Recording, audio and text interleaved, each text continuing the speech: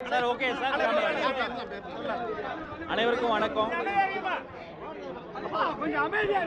தற்போது நடைபெற்று வரக்கூடிய வாக்காளர் பட்டியல் சிறப்பு தீவிர திருத்தத்தை, அதில் இருக்கக்கூடிய குளறுபடிகளை, குழப்பங்களை கண்டித்து மக்களுக்கும் ஒரு விழிப்புணர்வு ஏற்படுத்துகிற வகையில் ஒன்றுபட்ட திருச்சியினுடைய சகல மாவட்ட கழக செயலாளர்களினுடைய ஒத்துழைப்பில் இந்த மலைக்கோட்டை மண்ணில் வைத்து மாபெரும் கண்டன ஆர்ப்பாட்டம் நடத்தியிருக்கிறோம்.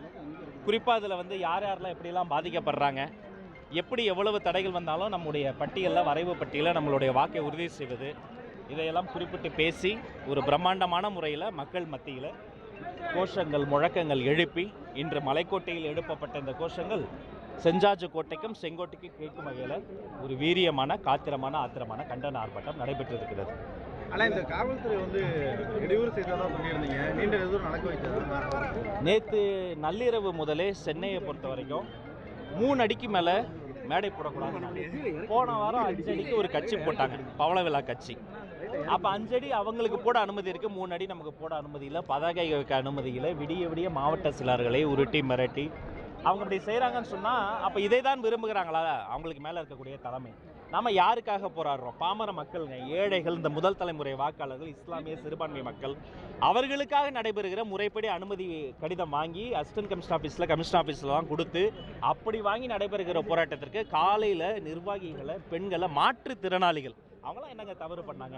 அவங்கள வந்து ஒரு 50 மீட்டரில் வர வேண்டிய இடத்த 7 கிலோமீட்டர் 8 கிலோமீட்டர் சுற்றி உண்மையிலே டேக் டைவர்ஷன், டேக் லெஃப்ட்னு ஒரு சதுர மாதிரி அப்படி சுற்றி வர வைத்தது வந்து நாங்கள் எதிர்பார்க்கவே இல்லை. இதை கடுமையாக கண்டிக்கிறோம். கொஞ்சம் மனசாட்சியோடு நடந்துக்கங்க. அனுமதி வாங்கி நடைபெற இந்த கூட்டத்திற்கு இப்படி அலைகழிப்பது ஏற்கத்தக்கதில்லை. அதை தவிர தமிழ்நாடு முழுக்க மிகவும் அமைதியான முறையில் அறவழி போராட்டத்தை தமிழக வெற்றி கழகம் முன்னெடுத்து, ஆமாம், அதற்கான விஷயங்களும் நடைபெற்று கொண்டு இருக்கிறது. இன்டர்னலாக கட்சிக்குள்ளார வந்து நிர்வாக குழுவிலிருந்து, மாணவர் அணியிலிருந்து, மீனவர் அணியிலிருந்து, மகளிர் அணியிலிருந்து, தொண்டர் அணியிலிருந்து கட்சியை இன்னும் வலுப்படுத்தி வெகு விரைவில் வந்து அந்த எஸ்ஓபி, அந்த ஆர்டர்களை எல்லாம் பயன்படுத்தி நம்ம வந்து வெகு விரைவில் தொட்டுவிடும் தூரத்தில் அந்த நாள் வரப்போகிறது. மக்கள் சந்திப்பு நிகழப்போகுது. சார், இப்போ இன்னைக்கு வந்து தமிழ்நாடு முழுவதும் எல்லா இடத்துலையும் நீங்கள் போராட்டம் பண்ணியிருக்கீங்க. ஆனால் உங்கள் தலைவர் எந்த இடத்துலையும் போராட்டம் பண்ணலை. இப்போ எல்லா கட்சிகளும் தலைவர் முன்னிலையில் தான் போராட்டம் நடக்கும். அவங்க ஒரு இடத்துல பண்ணியிருக்கலான்ற. ஆமாம், அவருடைய போராட்ட வடிவம் என்பது நேற்று அவர் ஒரே ஒரு 10 நிமிட வீடியோ, ஒரு பேராசிரியரை போல எளிமையாக பாமரருக்கும் புரியும்படி அவர் போட்ட காணொலியால் தான் இன்றைக்கி என்ன சொல்கிறாங்க, தேர்தல் ஆணையமே சர்வர் கிராஷ்ன்றாங்க. அத்தனை பேர் போய் தேர்தல் ஆணையத்தினுடைய இணையதளத்தை பார்த்துருக்குறாங்க. தகவல் தொழில்நுட்பத்தை பயன்படுத்தி இந்த விஷயத்தில் வெறும் அரசியல் செய்யாமல் ஆக்கப்பூர்வமான விஷயங்களை செய்வதற்கான முன்னெடுப்புகளை நம்ம மேற்கொண்டு இருக்கிறோம். இந்தியா முழுக்கவே தலைவர் இந்த விஷயத்தை தொட்டு காணொலி விட்ட பிறகுதான் இது ஒரு பெரிய பேசு பொருளாக மாறி இருக்குது. அதனால் இதில் ஒரு எட்டனதர் அரசியல் என்பதை தாண்டி இதில் வந்து மிக மிக அடிப்படை வாக்குரிமை என்பது ஜனநாயகத்தினுடைய ஆணிவேர். அதை பாதுகாப்பதற்காக அவரால் முடிந்த எல்லா விஷயத்தையும் அவர் ஆணைப்படி, அவரின் ஆலோசனைப்படி தான் நாங்கள் செஞ்சுக்கிறோம். இப்போ 6.5 கோடி பேர் பாதிக்கப்படக்கூடிய ஒரு விஷயம்னு நேற்று வீடியோவே சொன்னாங்க, நீங்கள் மேடையிலையும் சொன்னீங்க. அவர் களத்துக்கு வர வேண்டிய தேவை முன்ன விட எதுவுமே அதிகமாக இருக்குன்றது உங்களுக்கு தெரியும். பட் ஆனால் இன்னும் ஏன் வந்து களத்துக்கு வர்றதுக்கு தயக்கம்? இன்னும் அந்த நிகழ்வுகளிலிருந்து நம்ம இன்னும் வெளியே வரலைங்களா? இல்லை இப்படியே இருந்தால் இன்னும் எவ்வளோ நாளைக்கு இது தொடரும்? ஏன்னா மக்களோட எதிர்பார்ப்பாகவும் இருக்குல்ல, தொண்டர்களோட எதிர்பார்ப்பாக இருக்குல்ல. இப்போ இங்கே கேட்குறப்ப யார் வராங்கன்னு மக்கள் மத்தியிலும் ஒரு எதிர்பார்ப்பு இருக்குது. அது என்றைக்கு தான் அது உடைப்பீங்க அந்த ஐசர்? மதிப்பிற்குரிய அதிகாரி அர்ச்சனா பட்நாயக் அவர்கள் கிட்டத்தட்ட ஒரு ஆண்டுக்கு முன்பே கிட்டத்தட்ட 8 கோடி பேர் இருக்கக்கூடிய தமிழ்நாட்டில் 6,36,00,000 சொச்சம் பேர் தான் வாக்களிக்க போகிறாங்கன்னு டிக்ளேர் பண்ணாங்க. அர்ச்சனா பட்நாயக் அவங்க சொன்ன டேட்டாவில் கூட ஃபுல்லாக போய் நான் ஸ்டடி பண்ணி பார்த்தப்ப 29 வயதுக்குட்பட்ட இளம் வாக்காளர்கள் மட்டுமே கிட்டத்தட்ட சற்றொப்ப 1.5 கோடி பேர் இருக்கிறாங்க. அப்போ இது முழுக்க இந்த களம் என்பது, இந்த டேட்டா என்பது புதிதாக வரக்கூடிய நியூ பிளேயர்ஸ், தமிழக வெற்றி கழகம் கூட நான் சொல்ல, டிவிக்குன்னு சொல்லலை, இந்த இளைஞர்களினுடைய அன்பை வெல்லக்கூடியவங்க நியூ பிளேயர்ஸ் தான் என்பது இந்த பொலிட்டிக்கல் டயோஸ்பரால் இருக்கக்கூடிய அந்த டெக்னிக்கல் விஷயங்களை அறிந்த அரசியல் விமர்சகர்கள் சொல்லக்கூடிய ஒரு விஷயம்.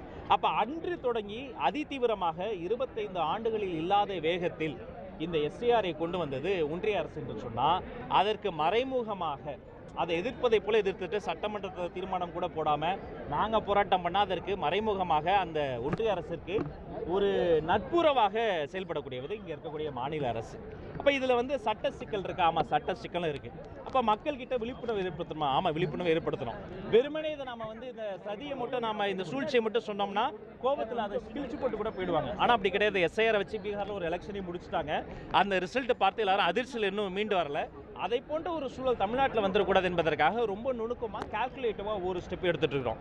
அதில் ஒரு நீட்சி தான் அவர் நேற்று வெளியிட்ட காணொலி. வெறும் காணொலி மட்டும் கிடையாது, இன்றைக்கி தமிழ்நாடு முழுக்க போராட்டம் நடைபெற்றிருக்கிறது. ஒரே நாளில் ஒரே நேரத்தில் இத்தனை தலைவர்கள் இத்தனை பேர் இவ்வளோ நேரத்தில் வந்து நாங்கள் வந்து இதை பேசுவதெல்லாம் மாற்றிருக்கிறோம். அடுத்தடுத்த நாட்களில் நீங்கள் கேட்ட கேள்விக்கான பதிலும் தெரியும்.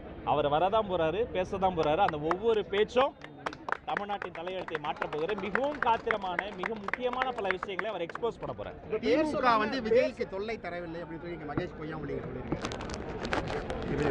அது சொன்னா பொருந்த சொல்லணும். அப்புறம் என்ன எங்கள் மீது கொண்ட எங்களுக்கு வந்து சக்கரவணை வரக்கூடாதுன்னு வாக்கிங் கூட்டு போனாங்களா காவல்துறை? 7 கிலோமீட்டர் 8 கிலோமீட்டர் மாற்றுத்திறனாளிகள்லாம் அலைகழிப்பது வந்து ஏற்றுக்கொள்ளவே முடியாதுங்க. பெண்கள் என்ன பாவம் பண்ணாங்க? அதில் வந்து அந்த இளம் பெண்கள், அந்த இளம் இளைஞர்கள், மாற்றுத்திறனாளிகள் திரும்ப இதை பண்ணுறாங்க. ஏற்கனவே சிவானந்தா சாலையில் அஜித்குமார் ஒரு போராட்டம் நடத்த போது அப்போ கடுமையாக பண்ணாங்க, இன்றைக்கும் செஞ்சுருக்கிறாங்க. ஒரு போன வாரம் கோயம்புத்தூரில் ஒரு போராட்டம் நடைபெற்றது. விமான நிலையம் கிட்ட இளம்பெண்ணுக்கு வந்து ஒரு பெரிய கொடுமை நடந்த போது அங்கேயும் இதே மாதிரி தான் பண்ணாங்க.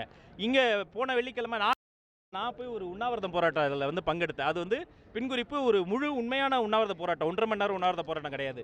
அங்கேயும் இப்படி எங்கெல்லாம் நாங்கள் போராடுறோமோ அங்கெல்லாம் இப்படி அவங்க செய்வது என்பது அமைச்சர் அவர்கள் தான் சொல்லணும். அவங்களுக்கு மீது அவ்வளோ அதீத அன்பானுங்கிறத அமைச்சர் தான் பதில் சொல்லணும். 100% இருக்கு, 100% இருக்கு. தொண்டர்களோ இல்ல வந்து கட்சி நிர்வாகிகளோ எந்த இடத்துலயும் போய் ஒரு கம்ப்ளைண்ட் கொடுக்கல.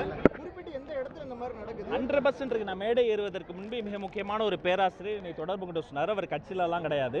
அவர் அதிர்ச்சிகரமாக ஒரு தகவல் சொன்னார். கொடுக்கறது பிஎல்ஓ அதிகாரி, திரும்ப கலெக்ட் பண்ணுறது யாருன்னா அந்த திரும்ப கொடுத்தது பிஎல்ஓ அதிகாரி.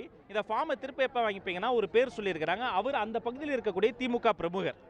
இது போன்ற விஷயங்கள்லாம் வந்து இன்ஃப்ளூயன்ஸ் ஆகிறது தான். நான் அதிகாரிகளை குறை சொல்லலை, பாவம் அவங்க வந்து சாதாரண ஒரு எளிய குடும்பத்திலேருந்து வரக்கூடியவங்க தான், அங்கன்வாடி ஊழியர்களாக ஆசிரியர் இருக்கக்கூடியவங்க. பட் அவங்க இன்ஃப்ளூயன்ஸ் ஆகக்கூடாது.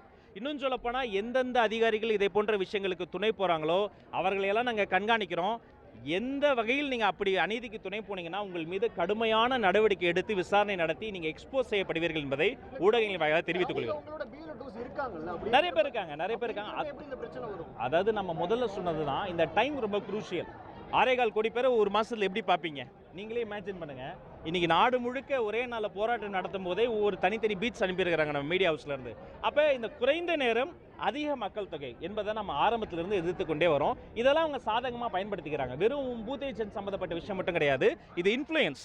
திமுகவினர் சொல்கிறப்ப எங்கள் கூட மித்த கட்சிகளும் சேர்ந்து வாங்க அப்படிங்கிறாங்க. மேடையில் மற்ற கட்சிகள் வாங்கன்னு சொல்வதும், களத்தில் வந்து அப்படி மாற்றுக் கட்சிகள் வருகிற பொழுது அவர்களை அந்த ஆஃபீஸர்ஸ் இன்ஃப்ளூயன்ஸ் பண்ணி அந்த ஃபார்ம்ஸே கிடைக்க விடாமல் செய்வதும் வந்து இன்று நேற்று நடப்பதில்லை. எஸ்ஐஆர் ஆரம்பித்த முதல் நாள்லேருந்து அவங்க செஞ்சுட்டு இருக்கிறாங்க. நேற்று உங்கள் மீடியாவில் ஒரு நியூஸில் பார்த்தா ஒரு கோயில்கிட்ட அவ்வளோ ஃபார்ம்ஸ் கொட்டி கிடக்கு. முதலமைச்சருக்கு கொடுக்குற மனுவெல்லாம் வந்து அவங்க கொண்டு போய் கஜானாவில் போடுவாங்கன்னு பார்த்தா, அல்லது தலைமைச் செயலகத்தில் போடுவாங்கன்னு பார்த்தா கோயில் குளத்தில் போட்டாங்க. அதே போல் ஒரு கோயில் பக்கத்தில் அவ்வளோ ஃபார்ம்ஸ் கொட்டி கிடக்கு. அப்போ இன்னொரு பக்கம் வந்து தேவைப்படுபவர்களுக்கு அந்த ஃபார்ம் சென்று சேரலை. நாம் உங்கள் மூலமாக சொல்லிக்கிறது ஒன்று தான், தயவு செய்து கட்சி வேறுபாடு பார்க்காதீங்க. கட்சி மாச்சரியங்களை தாண்டி இது ஜனநாயகத்தினுடைய ஆணிவேர்.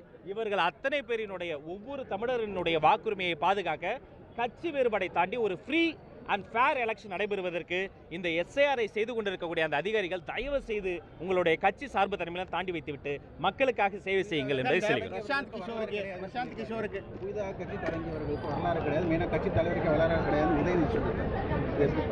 அது வரலாறு படித்தவங்க சொன்னால் பதில் சொல்லலாம். அவர் படித்தது வணிகவியல். அதனால் ஒவ்வொரு கட்சிக்கும் ஒரு வரலாறு இருக்குது. தமிழ்நாட்டை பொறுத்த வரைக்கும் ஒவ்வொரு தனி மனிதனுக்கும் வரலாறு. அண்ணனுக்கு ஒரு ஹிஸ்ட்ரி இருக்குது, உங்களுக்கு ஒரு ஹிஸ்ட்ரி இருக்குது.